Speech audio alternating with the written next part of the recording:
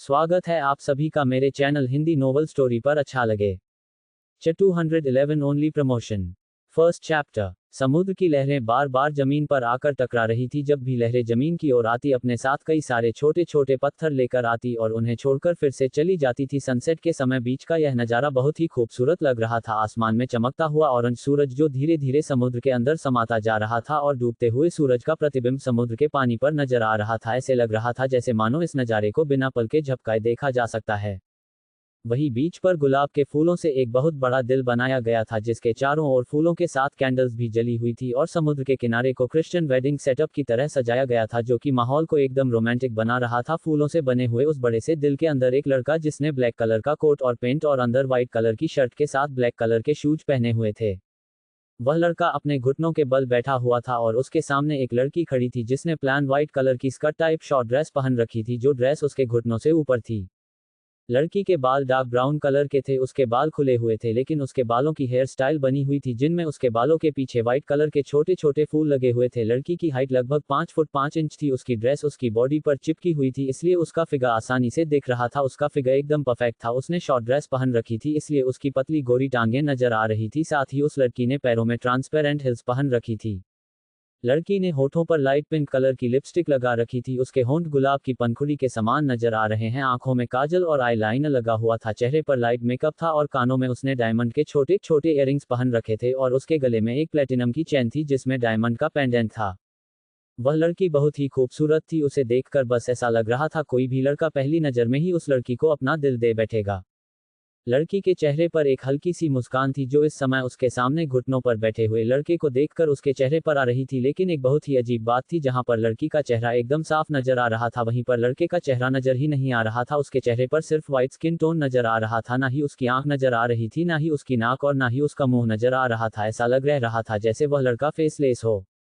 उसका कोई चेहरा ही नहीं था। बस उसका फिजिकल स्ट्रक्चर देखकर यह अंदाजा लगाया जा सकता है कि लड़का बहुत ही हैंडसम होगा। लड़का लड़की का हाथ अपने हाथ में लेता है और लड़की से बोला, मैं तुमसे बहुत प्यार करता हूं, तुम्हारा मैंने कई वर्षों तक इंतजार किया है। मैं तुम्हें अब अपने दिल की राजकुमारी बनाकर रखना चाहता हूं। मैं तुमसे शादी करना चाहता हूं। क्या तुम मुझसे शादी करने के लिए तैयार हो? लड़की कुछ कह नहीं रही थी। उसके गाल शर्म के कारण लाल हो गए थे। उसके होठों पर एक प्यार सी मुस्कान थी। उसकी नजरें बस अपने सामने बैठे हुए लड़के पर ही टिकी हुई थी। जब लड़की से कोई जवाब नहीं मिलता है तो लड़का एक बार फिर से अपने शब्दों को दोहराते हुए बोला, तन्वी मैं तुम्हारे जवाब का इंतजार कर रहा हूं। बोलो, क्या तुम मुझसे शादी करोगी? क्या तुम जिंदगी के सफर में मेरे साथ चलना चाहोगी? लड़की की आंखों से आंसू झलक जाते वह अपना सर हाँ में हिलाते हुए बोली, मैं तुमसे शादी करूंगी। I love you too. Tanvi के इतना कहते ही उनके आसपास तालियां की आवाज आने लगती है। तन्वी उस दिशा की ओर देखती हैं जिस दिशा से तालियों की आवाज आ रही थी। वही बीच पर उनसे थोड़ी दूरी बनाकर कुछ लोग खड़े थे। शायद वह सभी लड़के और तन्वी की फैमिली मेंबर थे। उन सभी के चेहरे पर खुशियों भरे एक्सप्रेशन नजर आ रहे थे। वे सभी तन्वी की खुशी में शरीफ होने आए थे और उन दोनों के लिए बहुत खुश थे। उनमें से एक लड़का चिल्लाते हुए बोलता है, अब तुम दोनों किस चीज का वेट कर रहे हो? जल्दी से तन्वी को रिंग पहनाओ और एक दूसरे को किस चुंबन का चिन्ह करो। अब हमसे और इंतजार नहीं हो रहा है। हम जल्द से जल्द तुम दोनों को किस चुंबन का चिन्ह करते हुए देखना चाहते हैं। उस लड़के की बात सुनकर घुटनों पर बैठा हुआ लड़का अपनी जेब से अंगूठी निकालता है। उस अंगूठी पर छोटे छोटे बारीक डायमंड लगे हुए थे। अंगूठी बहुत ही सुंदर थी। लड़का तन्वी का हाथ अपने हाथों में लेता है और धीरे से तन्वी की रिंग फिंगर में उसे पहना देता है। अंगूठी को देखकर तन्वी के होठों पर एक प्यारी सी मुस्कान छा जाती है। वह बहुत खुश नजर आ रही है। लड़का खड़ा होता है और तन्वी के चेहरे को अपने हाथ में थाम लेता है। इस समय उस लड़के के दोनों हाथ तन्वी के गालों पर थे। वह उसकी आंखों में देख रहा था और उसकी ओर अपने चेहरे को बढ़ाने लगता है। जब तन्वी उस लड़के का चेहरा अपने करीब आते हुए देखती है तो वह अपनी आंखें बंद कर लेती है। वह इंतजार कर रही थी कि कब उसके होठों पर लड़के के होठ टच होंगे। वह इसी का इंतजार कर रही थी। लेकिन तभी अचानक से एक आवाज आती है, तन्वी रुक जाओ, तन्वी रुक जाओ, तन्वी रुक जाओ। जैसे ही तन्वी के कानों में आवाज पड़ती है वह अपनी आंखें खोल लेती है और साथ ही वह लड़का भी वहीं पर रुक जाता है। वह दोनों ही उस आवाज की ओर देखने लगते हैं। यह आवाज उन लोगों में से आ रही थी जो कुछ देर पहले उन दोनों को चीयर अप कर रहे थे। उन लोगों में से एक लेडी चिल्ला रही थी, तन्वी रुक जाओ, तन्वी रुक जाओ। जो लेडी चिल्ला रही थी उसकी एज लगभग 40 साल लग रही थी। वो लेडी लगातार चिल्ला रही थी। तन्वी उस लेडी की ओर देखते हुए बोली, मम्मा। जो लेडी चिल्ला रही थी वह कोई और नहीं बल्कि तन्वी की मॉम थी। तन्वी की मॉम एक बार फिर से चिल्लाते हुए बोली, तन्वी रुक जाओ, तन्वी रुक जाओ। वाई मॉम, तन्वी, सुनामी आ रही है। चिल्लाते हुए तन्वी की मां ने कहा। क्या कहा सुनामी? इतना कहकर तन्वी पीछे की ओर देखती है। जैसे ही वह पीछे की ओर देखती है, समुद्र में से एक विशाल लहर सुनामी का रूप लेकर उसी की ओर आ रही थी। उसे देखकर उसके चेहरे पर घबराहट नजर आने लगी थी। वह डर जाती है और आंखें फाड़कर सुनामी की ओर देखने लगती है और सुनामी से बचने के लिए वह उस लड़के का हाथ पकड़कर भागने लगती है। तन्वी उस लड़के का हाथ पकड़कर सुनामी से बचने के लिए भाग रही थी, लेकिन पैरों में हिल पहने रहने के कारण उसकी हिल बार बार रेत में धंस रही थी, जिसके कारण उसे भागने में तकलीफ हो रही थी और ऐसे ही भागते भागते वह गिर जाती है। उसके दोनों हाथ रेत में धंस जाते हैं। लड़का तन्वी को पकड़ने के लिए अपना हाथ देता है, लेकिन जैसे ही उस लड़के की नजरें सुनामी की ओर जाती है, वह सुनामी को देखकर डर जाता है और तन्वी को वहीं पर छोड़कर भागने लगता है। ये देखकर चिल्लाते हुए तन्वी बोली, बेबी कहाँ जा रहे हैं? तुम मुझे छोड़कर कैसे जा सकते हो? तुमने मुझे अभी अभी प्रपोज किया था, मैं तो तुम्हारा प्यार थी, तुम जिंदगी के सफर में मुझे अपने साथ लेकर चलना चाहते थे, तो तुम मुझे छोड़कर क्यों जा रहे हो? तन्वी यह कह ही रही थी कि उसके कानों में सुनामी की आवाज और तेज आने लगती है। आवाज सुनकर वह पीछे की ओर देखती है। सुनामी बहुत करीब आ गई थी। वह सुनामी से बचने के लिए अपने हाथों को अपने चेहरे के सामने ले आती है, लेकिन उसका ये बचाव किसी काम का नहीं था, क्योंकि सुनामी अपने साथ उसे बहा कर ले जाती है। योजक चिन्ह। तन्वी एक मिडिल क्लास फैमिली से बिलोंग करने वाली मासूम सी लड़की, जिसे अपने सपनों की दुनिया में रहना पसंद था, और हर मिडिल क्लास पेरेंट्स की तरह ही उसके माता पिता ने भी उसके लिए कुछ ऐसे सपने देखे थे, और उन्हीं सपनों को साकार करने के लिए उसके माता पिता ने उसे सिटी की सबसे बड़ी स्कूल में उसका एडमिशन करवा दिया। स्कूल में उसकी मुलाकात होती है स्कूल के सबसे पॉपुलर लड़के अयान आहूजा से, जो सिर्फ पॉपुलर ही नहीं बल्कि सबसे हैंडसम, एरोगेंट, इंटेलिजेंट भी था। अयान आहूजा जिस पर स्कूल की हर लड़की मरती थी, इसलिए वह हर लड़की का क्रश कहलाता था, और इसीलिए उसे स्कूल में स्कूल क्रश का टैग दिया गया था। तो अब देखना यह है कि जो लड़का हर लड़की का क्रश है, वो लड़का क्या कभी तन्वी को नोटिस करेगा? जानने के लिए अभी पढ़ो माई नॉवेल स्कूल क्रश ए अनटोल्ड लव स्टोरी। 212 अनजान शख्स। चित्रा एक बार तिरछी नजरों से एरिक की ओर देखती है, फिर बिना कुछ कहे पीछे वाली सीट पर जाकर रिया के बगल में बैठ जाती है। रिया कुछ रिएक्ट नहीं करती है, वह बस विंडो की ओर देखने लगते हैं। रुद्र ड्राइविंग सीट पर आकर बैठ जाता है और उसके बगल वाले सीट पर एरिक आकर बैठ जाता है, और रुद्र कार स्टार्ट करके वहां से निकल जाता है। अंडिस्को। रात का समय था। रुद्र अपनी कार पार्क करने के बाद अपार्टमेंट में जा रहा था। उस समय पार्किंग लॉट में कोई भी नहीं था। माहौल एकदम सुनसान था, यहाँ तक कि सुई के गिरने की आवाज भी सुनी जा सकती थी, लेकिन रुद्र को इस बात का डर नहीं था कि वह पार्किंग लॉट में अकेला है। लेकिन अचानक से किसी के कदमों की आवाज सुनाई देती है। कदमों की आवाज सुनकर एक पल के लिए रुद्र रुक जाता है, लेकिन जैसे ही वह रुकता है, कदमों की आवाज आना बंद हो जाती है, लेकिन फिर भी वह इसे इग्नोर करके आगे बढ़ने लगता है। लेकिन जैसे ही वह आगे बढ़ता है, फिर से उसे कदमों की आवाज सुनाई देने लगती है। ये सुनकर इस भाव से थोड़ा अजीब लगता है। वह एक बार फिर से रुक जाता है और अपने आसपास देखने लगता है, लेकिन उसके आसपास उसे कोई भी नजर नहीं आता है। रुद्र अपने मन में सोचता है, लगता है कोई मेरे पीछा कर रहा है, लेकिन सामने आने का नाम नहीं ले रहा है। कुछ देर के लिए रुद्र इसी सोच में डूबा हुआ था। फिर वह थोड़ी देर बाद वहीं पर खड़ा रहता है और अपने चारों ओर देखता है, लेकिन उसे कोई नजर नहीं आता। रुद्र के चेहरे पर इस समय कोई भी एक्सप्रेशन नजर नहीं आ रहे थे। उसकी नजरों में इंटेंस लुक दिखाई दे रहा था। वह कॉल टोन में अपनी आवाज को तेज करते हुए बोला, तुम जो भी हो बाहर आ जाओ। इस तरह से मेरा पीछे करने का कोई फायदा नहीं होगा। अगर तुम्हें उससे मुलाकात करनी है या फिर मुझसे लड़ना है, तो वो तुम्हारा मेरे सामने आने के बाद ही हो पाएगा। लेकिन अगर तुम इसी तरह से छिपते रहे, तो बेवजह तुम मेरा टाइम खराब करते रहोगे, और उसके लिए मैं तुम्हें बहुत बुरी सजा दे सकता हूँ। अगर सजा से बचना चाहते हो तो फौरन इसी वक्त मेरे सामने आ जाओ।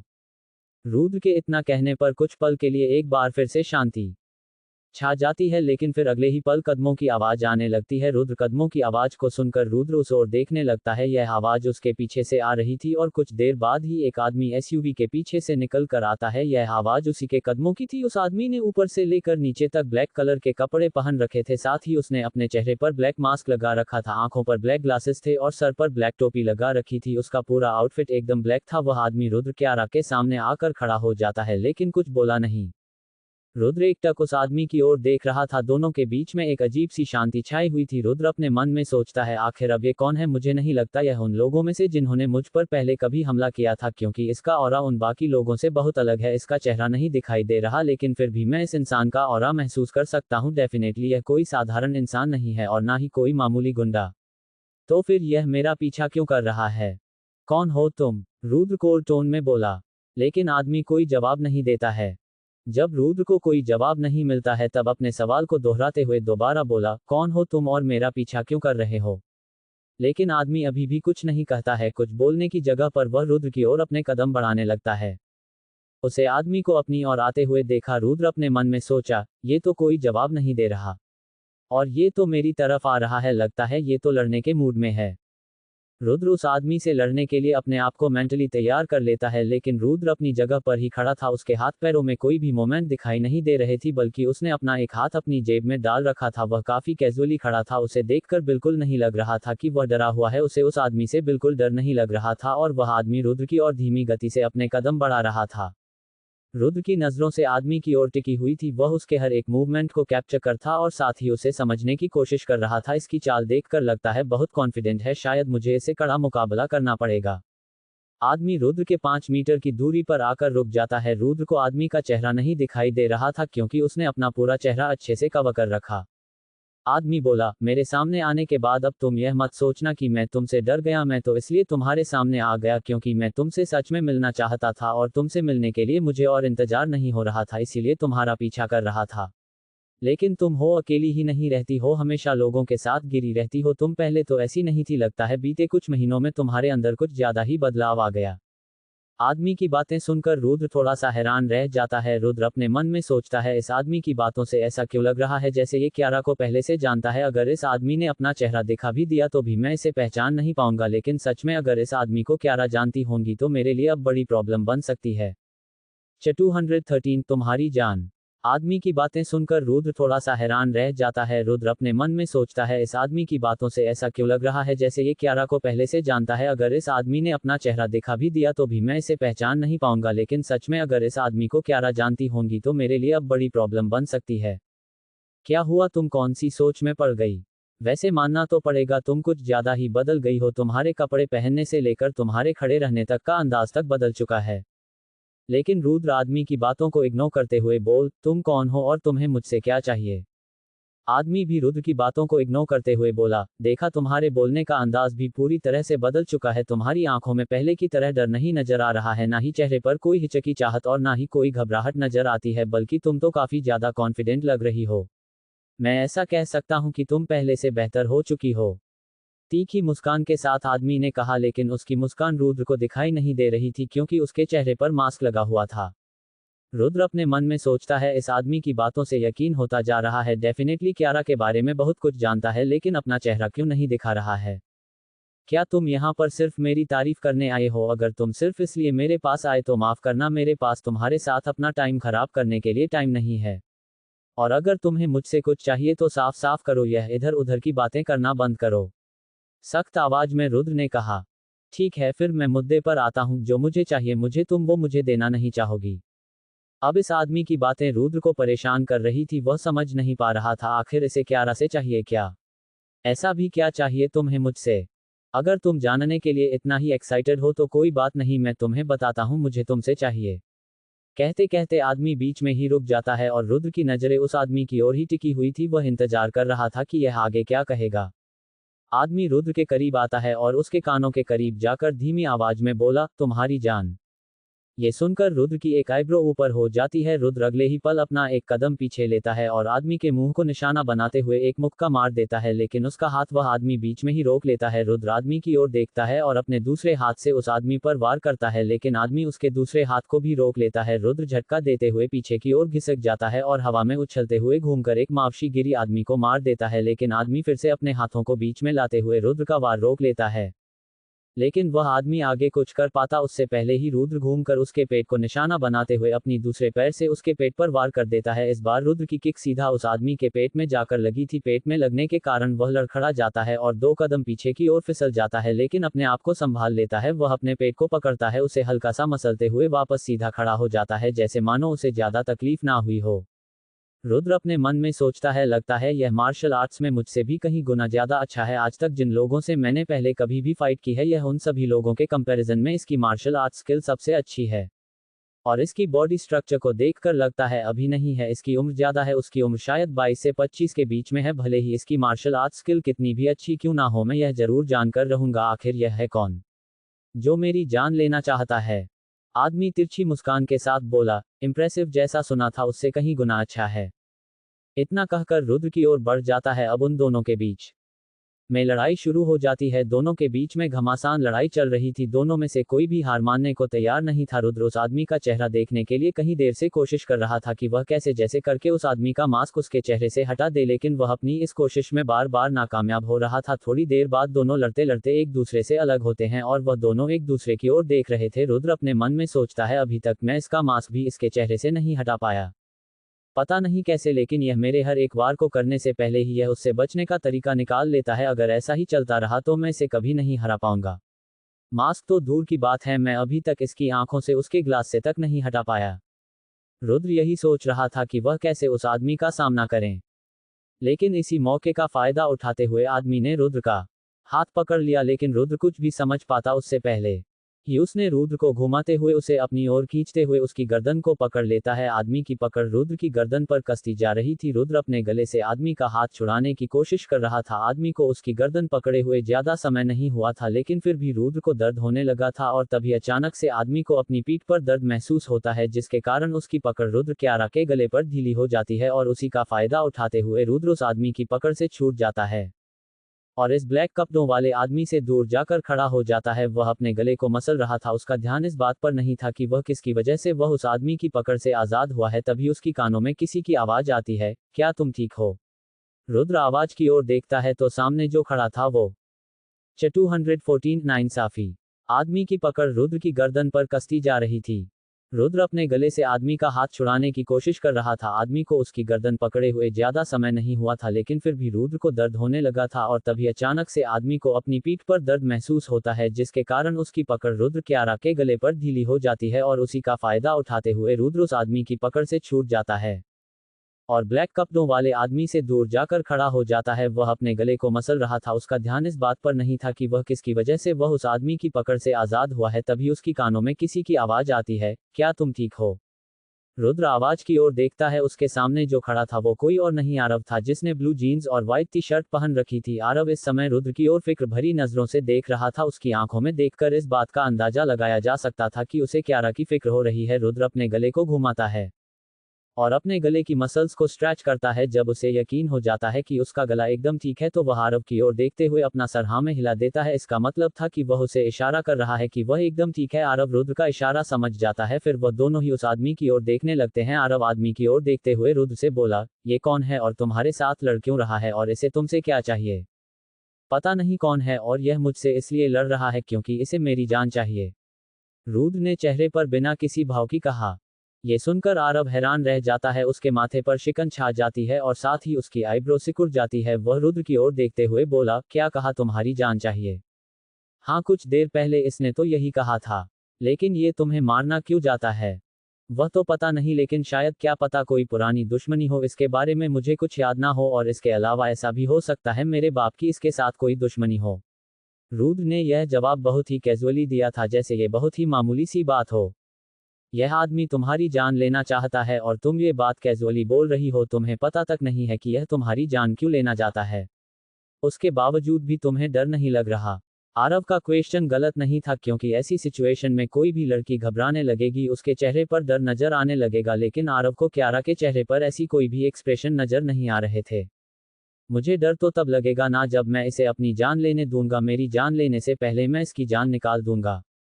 आरव अपने मन में सोचता है। इसे देखकर विश्वास नहीं हो रहा है कि यह वही लड़की है जिसने कभी सुसाइड करने की कोशिश की थी। अगर ये लड़की अंदर से इतनी स्ट्रांग है तो उसने सुसाइड करने की कोशिश क्यों की थी?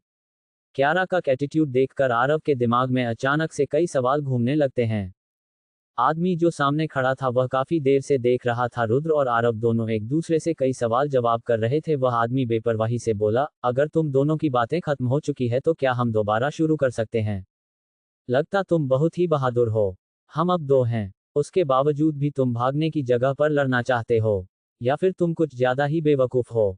आरव ने तिरछी मुस्कान के साथ कहा। तुमने सही कहा, ये तो बहुत ही नाइंसाफी है, तुम दो और मैं अकेला। उद्धरण चिन्ह। तो क्या तुम अब अपने दोस्त को बुलाओगे या फिर पीठ दिखाकर भाग जाओगे? आरव ने कहा। अभी मेरा जाने का मूड नहीं है, मैं थोड़ी देर और खेलना चाहता हूं, और रही दोस्त की बात तो शायद मुझे अपने दोस्त को बुला लेना चाहिए। इतना कहकर आदमी अपना हाथ अपने पीठ के पीछे की ओर डालता है और कुछ देर बाद जब अपना हाथ वापस निकाल दे तो उसके हाथ में खंजर होता है। उसे खंजर को देखकर रुद्र और आरव दोनों ही दूसरे की ओर देखते हैं। वह दोनों एक दूसरे की ओर अपनी पलकें झपकाते हैं, जिसका मतलब था कि वह एक दूसरे से कह रहे थे कि संभल कर सामना करना। वैसे मैं अपने दोस्त को बुलाना नहीं चाहता था, लेकिन मुकाबला बराबरी को होना चाहिए, बस इसीलिए मैंने इसे बुला लिया। चलो फिर शुरू करते हैं। इतना कहकर आदमी एक बार फिर से उन दोनों की ओर बढ़ जाता है। अब उन तीनों में लड़ाई शुरू हो जाती है। आदमी खंजर का निशाना बनाते आरव की ओर मारता है, लेकिन रुद्र आरव को साइड में खींच लेता है। संभल कर, रुद्र ने कहा। आरव ने भी अपना सर हाँ में हिला दिया। रुद्र और आरव दोनों उस आदमी से मिलकर लड़ने लगते हैं। आदमी की मार्शल आर्ट्स स्किल बहुत ही ज्यादा अच्छी थी। उसके फाइट करने के तरीके से अंदाजा लगाया जा सकता था कि वह बहुत ही प्रोफेशनल फाइटर है। वह बहुत ही सफाई से उस खंजर को चला रहा था, लेकिन एक बहुत ही अजीब बात थी, वह क्यारा को मारने आया था, लेकिन एक बार भी उसने खंजर से क्यारा पर निशाना नहीं साधा था, बल्कि जितनी बार भी वह खंजर से हमला करता वह सारे हमले वह हर बार आरव पर ही कर रहा था, ना कि क्यारा पर। यह बहुत ही अजीब बात थी। 215 खंजर का वार। आरव ने भी अपना सर हाँ में हिला दिया। रुद्र और आरव दोनों उस आदमी से मिलकर लड़ने लगते हैं। आदमी की मार्शल आर्ट्स स्किल बहुत ही ज्यादा अच्छी थी। उसके फाइट करने के तरीके से अंदाजा लगाया जा सकता था कि वह बहुत ही प्रोफेशनल फाइटर है। वह बहुत ही सफाई से उस खंजर को चल रहा था, लेकिन एक बहुत ही अजीब बात थी, वह क्यारा को मारने आया था, लेकिन एक बार भी उसने खंजर से क्यारा पर निशाना नहीं साधा था, बल्कि जितनी बार भी वह खंजर से हमला करता वह सारे हमले वह हर बार आरव पर ही कर रहा था, ना कि क्यारा पर। यह बहुत ही अजीब बात थी।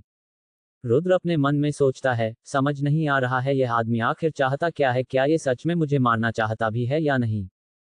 अगर यह सच में मुझे मारना चाहता है तो इसने एक बार भी खंजर से मुझ पर वार क्यों नहीं किया, बल्कि हर बार खंजर को मुझसे दूर रखा है। और यह खंजर चलाने में इतना प्रोफेशनल है कि बार बार खंजर मेरे पास लाकर बिना मुझे चोट पहुंचाए ही उसे दूर कर लेता है। और वही इसने आरव को अपने खंजर से कई बार टारगेट बनाया है। अगर मैं बार बार बीच में ना आऊं तो शायद अब तक इसका खंजर आरव को चोट पहुंच चुका होता, लेकिन यह ऐसा क्यों कर रहा है?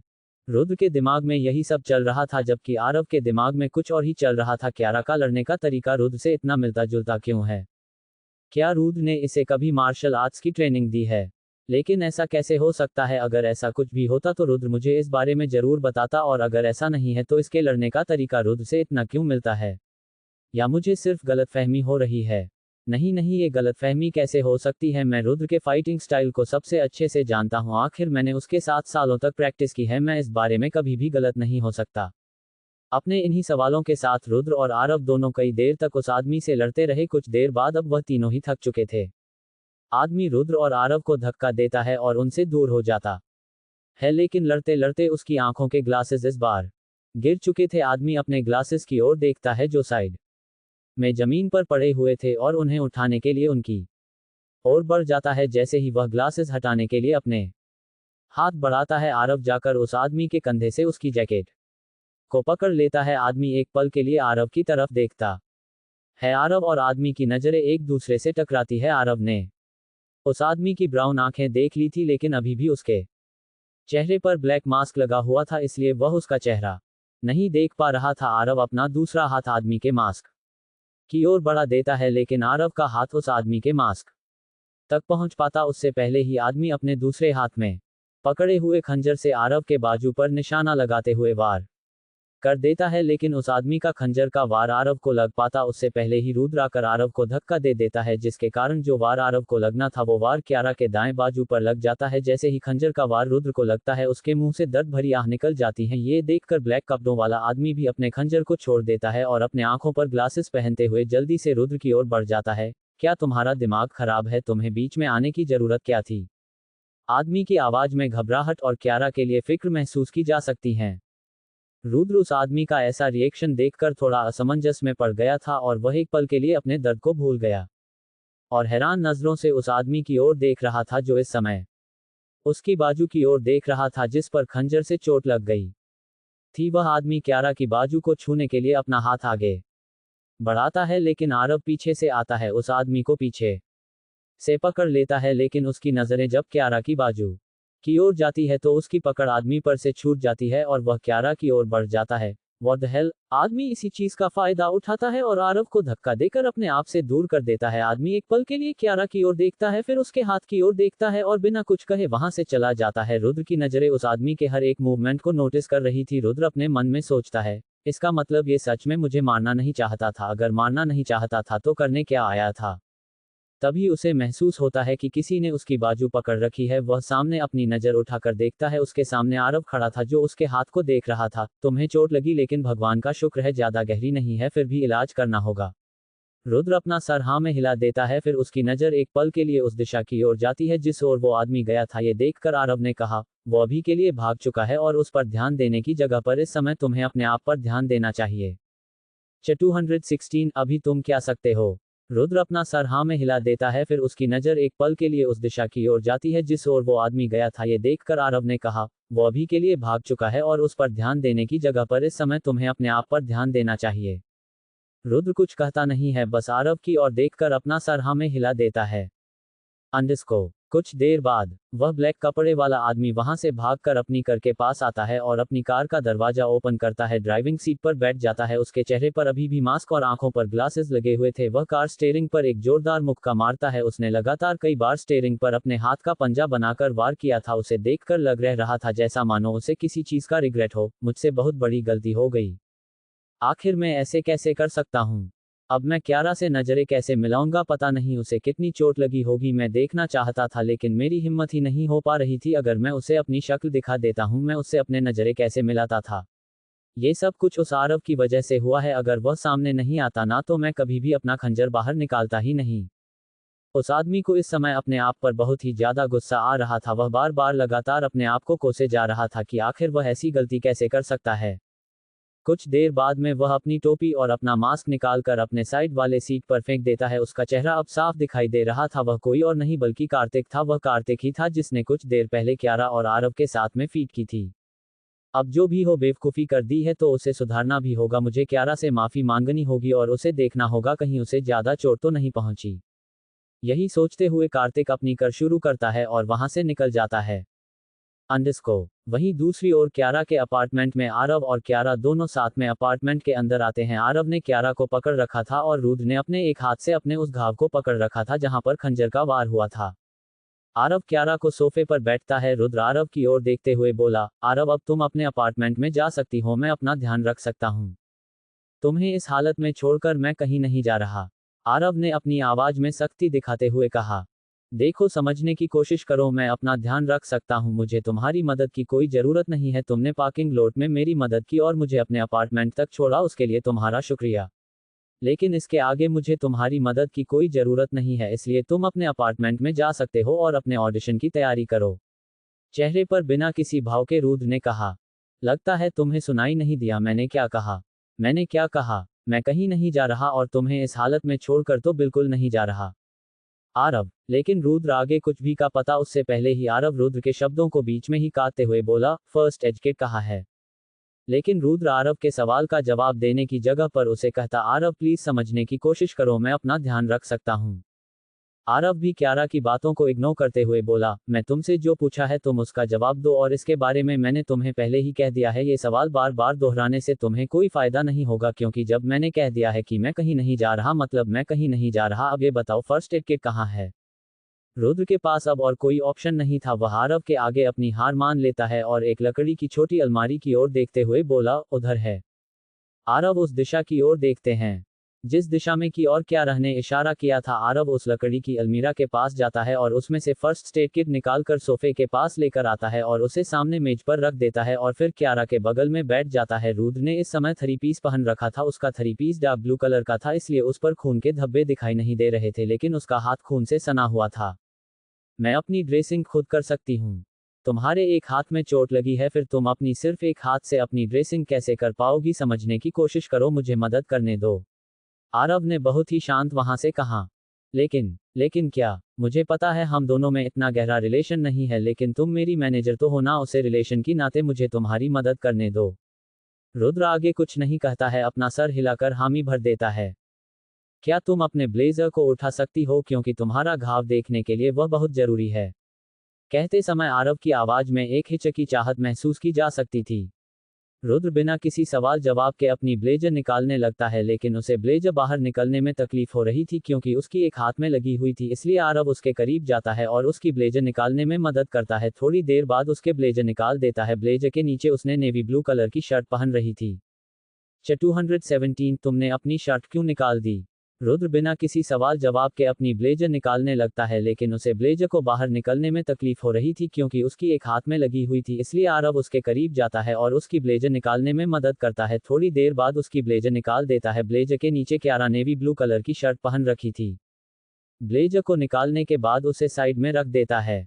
उसके बाद आरव फर्स्ट एड बॉक्स में से सीजर निकलता है क्योंकि क्यारा की navy blue shirt full sleeve की थी, जिसके कारण वह उसके घाव को देख नहीं सकता था, इसीलिए क्यारा की शर्ट को उसके बाजू से कट कर सके और उसके घाव को देख सके। जब आरव सीजन लेकर क्यारा की ओर मुड़ता है तो वह क्यारा को देखकर हैरान रह जाता है क्योंकि रुद्र इस समय अपनी शर्ट का आखिरी बटन खोल रहा था। उसके शर्ट के ऊपर के सारे बटन खुल चुके थे, इसलिए उसके नेकलाइन आसानी से देखी जा सकती थी। साथ ही उसने शर्ट के नीचे व्हाइट कलर की एक पतली लेयर वाली समीज पहन रखी थी और उसके नीचे ब्रा पहन रखी थी। दोनों साफ साफ दिखाई देने लगती है। ये देखकर आरव की एक पल के लिए सांस रुक जाती है और वह एक टक क्यारा की ओर देखने लगता है। वह कहना चाहता था कि क्या रही हो तुम, क्या कर रही हो? मैं तुम्हारी शर्ट की बाजू काटने के लिए कैंची का यूज करने वाला था, तो तुम अपनी शर्ट क्यों ओपन कर रही हो? लेकिन उसके सारे शब्द उसके गले में ही रह जाते हैं। वह एक शब्द भी अपने मुंह से निकाल नहीं पा रहा था। उसकी आंखें बस क्यारा की ब्रेस्ट और उसकी नजर आती नेक लाइन को देख रही थी। वही रुद्र को हिचकिचाहट नहीं हो रही थी। वह बिना किसी हेसिटेशन के अपनी शर्ट का आखिरी बटन ओपन कर देता है और अपनी शर्ट खोलने लगता है जिस बाजू में उसे चोट लगी थी। वहां पर उसे थोड़ी तकलीफ होती है। आरव अभी भी उसे रोकना चाहता था, लेकिन अभी भी उसके मुंह से एक शब्द तक नहीं निकल पा रहा था। वहीं दूसरी ओर क्यारा हाथ में दर्द होने के बावजूद भी वह अपनी पूरी शर्ट को निकालकर साइड में रख देता है। शर्ट निकालने के बाद क्यारा की पूरी बॉडी शो हो रही थी। उसने एक वाइट कलर की समीज पहन रखी थी और उसके नीचे ग्रे कलर की ब्रा पहन रखी थी। दोनों की डस उसके कंधे पर दिखाई दे रही थी। साथ ही शर्ट निकलने के बाद अब उसके हाथों की पूरी वाइट स्किन दिख रही थी, लेकिन जिस हाथ पर खंजर से वार हुआ था उस हाथ पर खून के निशान दिखाई दे रहे थे और उसके घाव से अभी भी हल्का हल्का खून बह रहा था। उसकी कॉलरबान नजर आ रही थी। उसकी समीज उसकी बॉडी से एकदम चिपक हुई थी, जिसके कारण उसका फिगर साफ नजर आ रहा था। उसकी ब्रेस्ट हाईलाइट हो रही थी, जिसे देखकर किसी का भी जी मचल सकता है। रुद्र जो इस बात से बेखबर था कि उसकी इस हरकत के कारण आरव उसे इस वक्त किस नजरों से देख रहा है, वह आरव की ओर देखता है जो उसे एकटक देखे जा रहा था। उसकी नजरें उस पर से हटने का नाम नहीं ले रही थी। रुद्र आरव की नजरों को देखकर समझ नहीं पा रहा था आखिर आरव उसे घूर क्यों रहा है, क्योंकि उसके लिए लड़कों के सामने कपड़े निकालना बहुत ही कैजुअल था। उसने कभी भी ऐसी कोई फीलिंग महसूस नहीं की थी। उसे इस बात का कोई अंदाजा नहीं था कि लड़कियां जब अपने कपड़े किसी लड़के के सामने निकालती है तो वह कैसा फील करती है, और उसके अकॉर्डिंग तो अपनी बॉडी को कवर करने के लिए जितने कपड़ों की जरूरत होती है उसने इस समय उतने कपड़े तो पहन रखे थे, इसलिए भी उसे अपनी शर्ट निकलते वक्त कोई हिचकिचाहट नहीं हुई थी और इसी वजह से वह आरव की नजरों का मतलब नहीं समझ पा रहा था। रुद्र ने बोला, क्या हुआ, तुम मुझे इस तरह से क्यों देख रहे हो? जैसे ही आरव के कानों में रुद्र के शब्द जाते हैं वह होश में आता है और अगले ही पल अपनी नजरों को इधर उधर करने लगता है। वह इस समय क्यारा से अपनी नजरों को चुराने की कोशिश कर रहा था। दूसरी दिशा में देखते हुए आरव ने कहा, तुमने अपनी शर्ट क्यों निकाल दी? आरव का सवाल सुनकर रुद्र एक पल के लिए सोच में पड़ जाता है। उसके चेहरे की आईब्रो सिकुड़ जाती है। रुद्र ने कहा, ये कैसे सवाल है? कैसा सवाल है? इसका मतलब क्या है? मैं तुमसे साफ साफ तो कहा कि तुमने अपनी शर्ट क्यों निकाल दी। अभी भी आरव अपनी नजरें चुरा रहा था। कुछ देर पहले तुमने ही तो कहा था कि तुम्हें मेरी ड्रेसिंग करनी है और मेरी ड्रेसिंग करने के लिए मुझे शर्ट तो निकालनी ही होगी ना। ये सुनते ही आरव ने रुद्र की ओर देखते हुए झट से कहा, लेकिन उसके लिए तुम्हें ऐसा करने की जरूरत नहीं थी। तो फिर क्या तुम बिना शर्ट निकले ही मेरी ड्रेसिंग करते हैं? मेरे कहने का मतलब वह नहीं था। मैं बस इतना कह रहा था कि तुम्हें अपनी शर्ट निकालने की जरूरत नहीं थी। हम तुम्हारी शर्ट की बाजू को तुम्हारे शोल्डर से कट कर सकते थे, इसलिए तुम्हें पूरी शर्ट निकालने की जरूरत नहीं थी। कहते समय आरव की आवाज में एक अजीब सी नर्वसनेस महसूस की जा सकती थी। मुझे ये शर्ट तो वैसे भी निकालनी ही पड़ती क्योंकि मैं इसे तो नहीं पहने रख सकता था, लेकिन फिर भी अगर तुम्हें इससे कोई परेशानी तो मैं शर्ट दोबारा पहन लेती हूँ। इतना कहकर रुद्र अपने मन में सोचने लगता है, शायद मेरे शर्ट खोलने की वजह से आरव इस समय uncomfortable feel. Subscribe my channel, like comment share. 218 dressing. मुझे ये शर्ट तो वैसे भी निकालनी ही पड़ती क्योंकि मैं इसे तो नहीं पहने रख सकता था, लेकिन फिर भी अगर तुम्हें इससे कोई परेशानी तो मैं शर्ट दोबारा पहन लेती हूँ। इतना कहकर रुद्र अपने मन में सोचने लगता है, शायद मेरे शर्ट खोलने की वजह से आरव इस समय अनकंफर्टेबल फील करने लगा है। आरव अभी भी दूसरी दिशा में ही देख रहा था, लेकिन जैसे ही वह सुनता है कि क्यारा शर्ट पहनने की बात कह रही है तो वह कुछ पल के लिए इस बारे में अपने मन में सोचता है, अगर इसने दोबारा शर्ट पहनने की कोशिश की तो इसको तकलीफ होगी, लेकिन इसे इस तरह से देखकर मुझे थोड़ा अजीब लग रहा है। जो भी हो, इस समय मैं क्या महसूस कर रहा हूँ, मुझे इस बारे में सोचने की जगह पर इसकी ड्रेसिंग करने के बारे में सोचना चाहिए।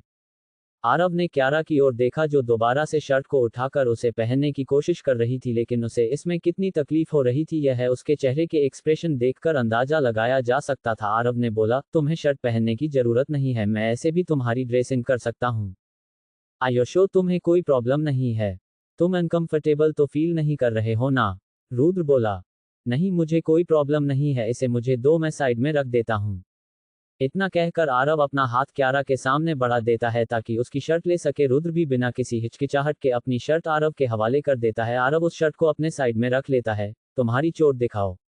आरव क्यारा के घाव को देखता है। तुम्हारा घाव ज्यादा गहरा नहीं, शायद खंजर सिर्फ तुम्हें हल्का सा छू कर निकला है, शायद तुम्हारे ब्लेजर की वजह से वह अंदर तक नहीं जा पाया। ये तो बहुत अच्छी बात है, हमें डॉक्टर को बुलाने की जरूरत नहीं है, लेकिन फिर भी तुम्हें दर्द हो रहा होगा। फिर फर्स्ट एड किट में से एक पेन किलर की टैबलेट निकालता है और क्यारा के सामने करते हुए बोला, तुम पहले ये पेन किलर ले लो, इसकी वजह से तुम्हारा दर्द कम हो जाएगा। क्यारा एक पल के लिए टैबलेट की ओर देखती है, फिर आरव की ओर देखती है। तुम्हें इस तरह से देखने की जरूरत नहीं है, यकीन करो तुम इसे खा सकती हो, मेरा दोस्त डॉक्टर है इसलिए उसकी वजह से मुझे थोड़ी बेसिक नॉलेज है, तो फिक्र मत करो, इससे तुम्हें कोई इन्फेक्शन नहीं होगा, तुम इसे खा सकती हो। बस ड्रग की वजह से हल्का सा नशा हो सकता है और वो भी तुम्हारे लिए अच्छा ही है, तुम्हें रात को गहरी नींद आ जाएगी। रुद्र को भी इस बारे में पता था कि आरव को बेसिक नॉलेज है, इसलिए वह आसानी से आरव के शब्दों पर भरोसा करके पेनकिलर की टैबलेट उसके हाथ से ले लेता है और उसे खा लेता है, और फिर उसे आरव पानी का गिलास देता है जो कि वही टेबल पर पड़ा हुआ था। पेनकिलर देने के बाद आरव कॉटन और एंटीसेप्टिक लिक्विड निकालकर एंटीसेप्टिक लिक्विड की कुछ मात्रा कॉटन पर डालता है और एंटीसेप्टिक लिक्विड में भीगे हुए कॉटन को क्यारा के घाव के करीब ले जाता है। फिर एक बार क्यारा के चेहरे की ओर देखता है जिसकी नजरें इस समय आरव को ही देख रही थी। तुम्हें थोड़ा दर्द हो सकता है, इसलिए सहन करने की कोशिश करना। रुद्र अपना सर हाँ में हिला देता है, लेकिन आरव को अभी भी एक अजीब सी हिचकिचाहट सी महसूस हो रही थी और वह उसके चेहरे पर देखी जा सकती थी। रुद्र ने भी आरव की इस हिचकिचाहट को उसके चेहरे पर देख लिया था। उसने कहा, तुम्हें इतना डर क्यों लग रहा? तुमने ये पहले भी तो कई बार ऐसा किया है, तो तुम अभी इतना क्यों घबरा रहे हो? पहले भी किया है से क्या मतलब है तुम्हारा? अपने शब्द को करेक्ट करते हुए रुद्र ने फिर से कहा, तुमने ही तो कुछ देर पहले कहा था कि तुम्हें बेसिक नॉलेज है, इसलिए मेरा मतलब था कि तुमने पहले भी किया ही होगा। अगर फिर भी तुमसे नहीं हो रहा है तो तुम मुझे दे सकते हो, मैं खुद कर सकती हूँ।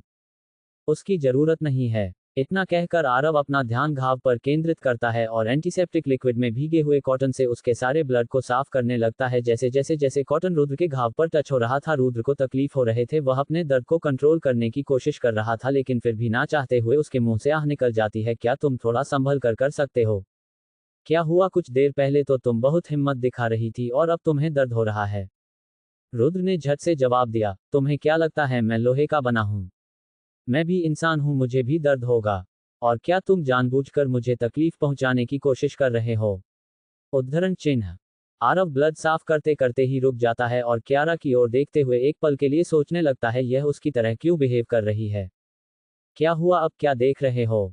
आरव ने कहा, कुछ नहीं, लेकिन मैं तुम्हें जानबूझकर तकलीफ पहुंचाने की कोशिश क्यों करूंगा, और तुम्हें दिख नहीं रहा तो कोशिश कर रहा हूं कि तुम्हें कम से कम दर्द हो। तिरछी नजरों से देखते हुए क्यारा ने कहा, क्या पता तुम मुझसे बदला निकाल रहे हो।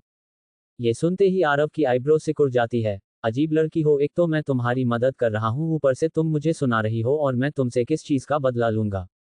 अगर ऐसा नहीं है तो क्या अब तुम्हारी सोच बदल चुकी है? तो क्या अब तुम मुझे पसंद करने लगे हो? न जाने इस समय रुद्र क्या सोच रहा था जो वह आरव को टिस करने पर लगा हुआ था। ये सुनते ही आरव अपनी नजरें इधर उधर कर लेता है और कहता है, ऐसा कुछ नहीं है, और तुम थोड़ी देर चुप नहीं रह सकती? प्लीज मुझे अपना काम करने दो। रुद्र के चेहरे पर एक प्यारी सी मुस्कान थी, लेकिन आरव उसकी मुस्कान देख नहीं पा रहा था क्योंकि उसका ध्यान इस समय उसके चेहरे की ओर नहीं था। लेकिन जैसे ही कॉटन का टुकड़ा वापस से उसके घाव को छूता है, उसकी यह मुस्कान गायब हो जाती है। उसे वापस से दर्द होने लगता है और दर्द के कारण पर अपनी आंखें कसकर बंद कर लेता है। आरव ब्लड साफ करने के बाद उस बेकार कॉटन को साइड में रख देता है। फिर वह एक बार क्यारा के चेहरे की ओर देखता है जिसने इस समय दर्द के कारण अपनी आंखें बंद कर रखी थी। उसका चेहरा इस समय बहुत ही मासूम नजर आ रहा था, वह डरी हुई थी। आरव अपने मन में सोचता है, ये सच में बहुत सुंदर है, लेकिन इसकी हरकतें रुद्र से इतनी मिलती क्यों है? यहाँ तक कि इसका फाइट करने का तरीका भी रुद्र से मिलता है। और उस दिन ब्रिज पर इनकी मुलाकात क्या सच में एक इत्तेफाक थी या फिर ये दोनों एक दूसरे को अच्छे से जानते थे? क्या ये रुद्र की दोस्त थी या फिर एक पल के लिए रुक जाता है क्योंकि वह अगला शब्द कहना नहीं चाहता था, फिर भी वह कहता है या फिर उसकी गर्लफ्रेंड? नहीं नहीं, ये रुद्र की गर्लफ्रेंड नहीं हो सकती। रुद्र तो मुझसे प्यार करता था, तो फिर यह उसकी गर्लफ्रेंड कैसे हो सकती है? नहीं, ऐसा नहीं हो सकता। लेकिन क्या पता अगर यह रुद्र को पसंद करती हो तो? रुद्र को जब कोई भी टच महसूस नहीं होता है तो वह अपनी आंखें खोलकर देखता है। आरव इस समय अपने ही ख्यालों में खोया हुआ था। उसे देखकर वह बोला, अब तुम क्या सोच रहे हो?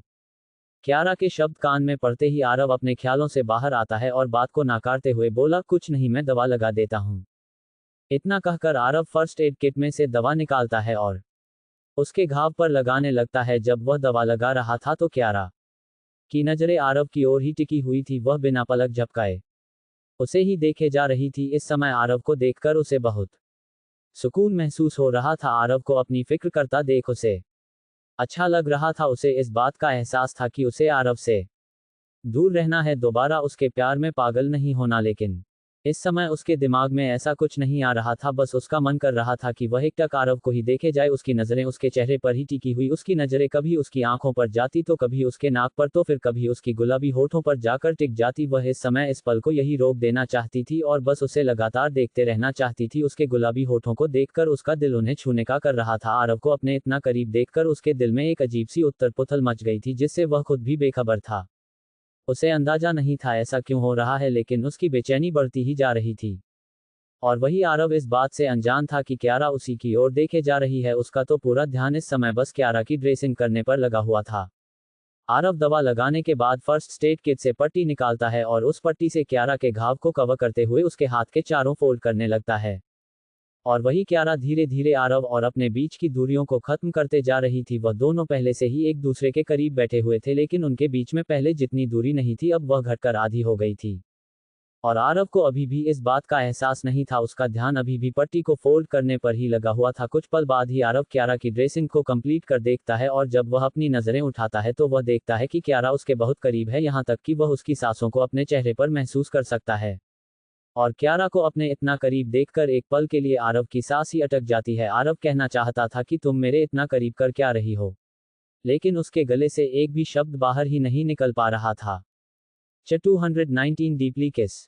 कुछ पल बाद ही आरव क्यारा की ड्रेसिंग को कंप्लीट कर देता है और जब वह अपनी नजरें उठाता है तो वह देखता है कि क्यारा उसके बहुत करीब है, यहाँ तक कि वह उसकी सांसों को अपने चेहरे पर महसूस कर सकता है। और क्यारा को अपने इतना करीब देखकर एक पल के लिए आरव की सांस ही अटक जाती है। आरव कहना चाहता था कि तुम मेरे इतना करीब कर क्या रही हो, लेकिन उसके गले से एक भी शब्द बाहर ही नहीं निकल पा रहा था। वे दोनों बिना पलक झपकाए दोनों एक दूसरे की आंखों में देख रहे थे। कई देर तक दोनों एक दूसरे की ओर इसी तरह से देखते रहते हैं। दोनों एक दूसरे की सांसें अपने अपने चेहरे पर महसूस कर सकते थे। क्यारा के दिल की धड़कनें तेज हो रही थी। उसकी आवाज धीरे धीरे इतनी तेज हो रही थी कि आरव को भी सुनाई देने लगती है। वही आरव का भी वही हाल था। उसका भी दिल उसके कंट्रोल में नहीं था। उसे समझ नहीं आ रहा था आखिर उसके साथ ऐसा हो क्यों रहा है, क्यों अचानक से उसकी हार्टबीट तेज हो गई। उसे पूरा यकीन था कि वह क्यारा को पसंद नहीं करता है, फिर भी ना चाहते हुए भी उसके इस तरह सामने रहने की वजह से उसकी हार्टबीट तेज होती जा रही थी।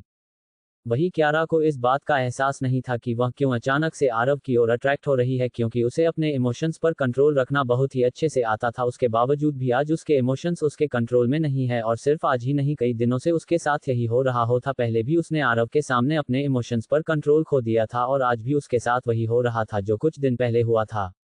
वह दोनों इस समय एक दूसरे के काफी करीब थे, उसके बावजूद भी दोनों ही एक दूसरे को अपने आप से दूर करने की कोशिश नहीं कर रहे थे। शायद कहीं ना कहीं दोनों को ही एक दूसरे के बीच ये नजदीकी अच्छी लग रही थी। आरव एक अलग सी उलझन में फंसा हुआ था। उसकी नजरें सिर्फ क्यारा की आंखों को देख रही थी। दोनों को देखकर लग रहा था जैसे मानो दोनों एक दूसरे के अंदर खो गए हो। आरव की नजरें क्यारा के होठों पर जाती है। उसके गुलाब की पंखुड़ी के समान गुलाबी और कोमल होठ उसे अपनी ओर आकर्षित कर रहे थे।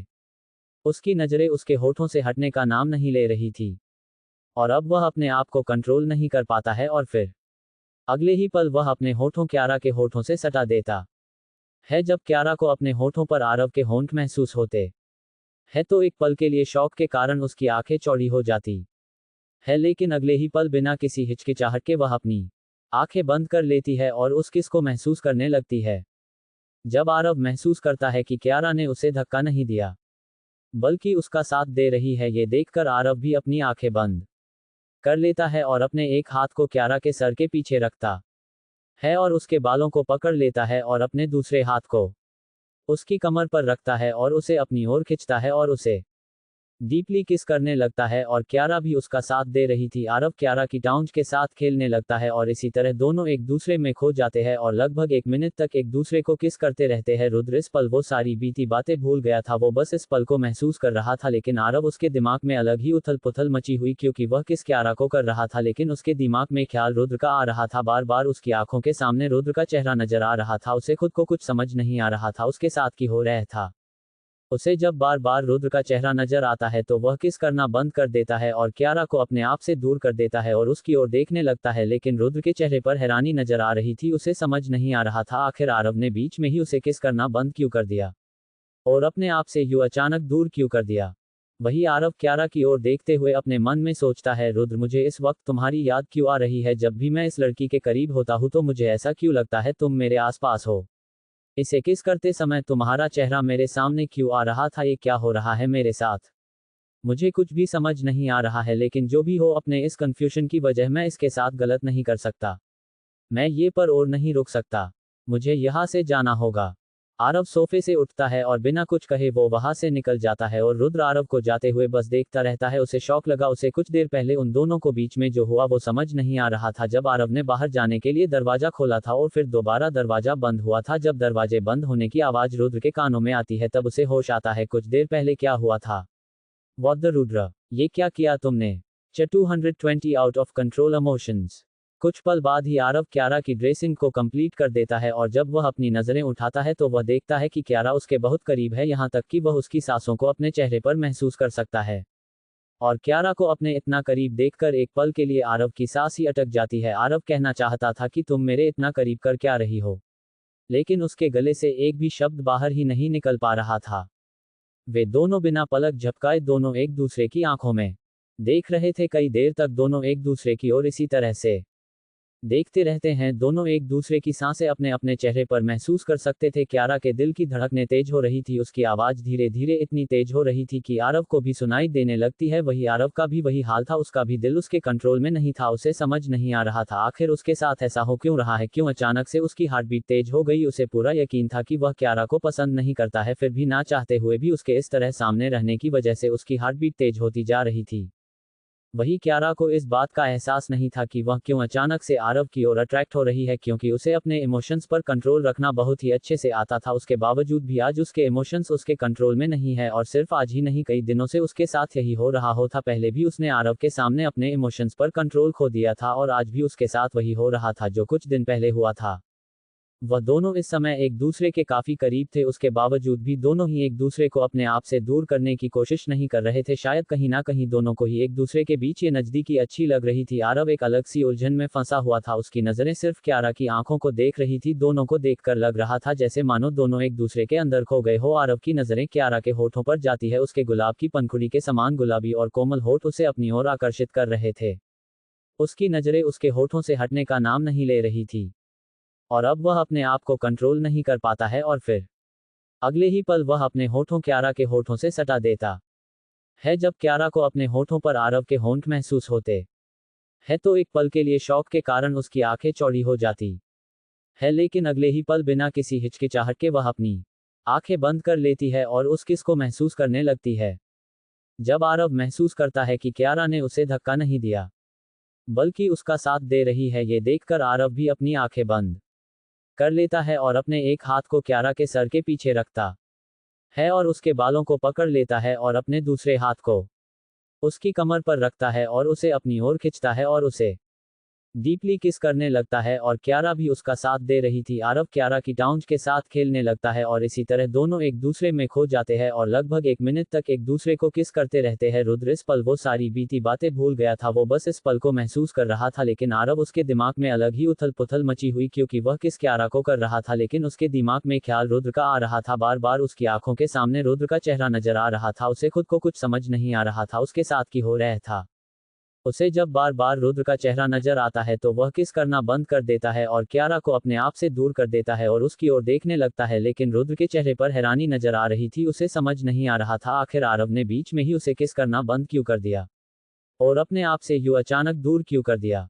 वही आरव क्यारा की ओर देखते हुए अपने मन में सोचता है, रुद्र मुझे इस वक्त तुम्हारी याद क्यों आ रही है? जब भी मैं इस लड़की के करीब होता हूँ तो मुझे ऐसा क्यों लगता है तुम मेरे आसपास हो? इसे किस करते समय तुम्हारा चेहरा मेरे सामने क्यों आ रहा था? ये क्या हो रहा है मेरे साथ? मुझे कुछ भी समझ नहीं आ रहा है, लेकिन जो भी हो, अपने इस कंफ्यूजन की वजह मैं इसके साथ गलत नहीं कर सकता। मैं ये पर और नहीं रुक सकता। मुझे यहाँ से जाना होगा। आरव सोफे से उठता है और बिना कुछ कहे वो वहां से निकल जाता है और रुद्र आरव को जाते हुए बस देखता रहता है। उसे शौक लगा, उसे कुछ देर पहले उन दोनों को बीच में जो हुआ वो समझ नहीं आ रहा था। जब आरव ने बाहर जाने के लिए दरवाजा खोला था और फिर दोबारा दरवाजा बंद हुआ था, जब दरवाजे बंद होने की आवाज रुद्र के कानों में आती है तब उसे होश आता है कुछ देर पहले क्या हुआ था। What the रुद्र, ये क्या किया तुमने? To be continued. Subscribe my channel, like comment share.